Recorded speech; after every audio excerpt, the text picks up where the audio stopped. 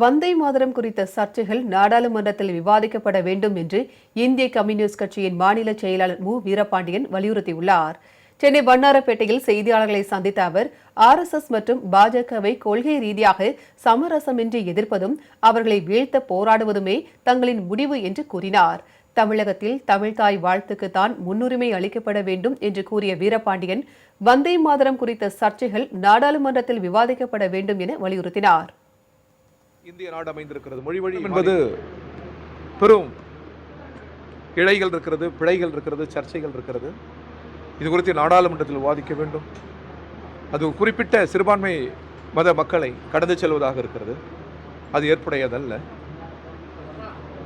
தமிழுக்கு தான் முன்னுரிமை. மொழி வழியில்தான் இந்திய நாடு அமைந்திருக்கிறது. மொழி வழி மாநிலங்களின் கூட்டு செய்வதுதான் இந்தியா. எனவே தமிழுக்கு முன்னுரிமை. இதர தேசபக்த பாடலுக்கு பெரும் மரியாதை.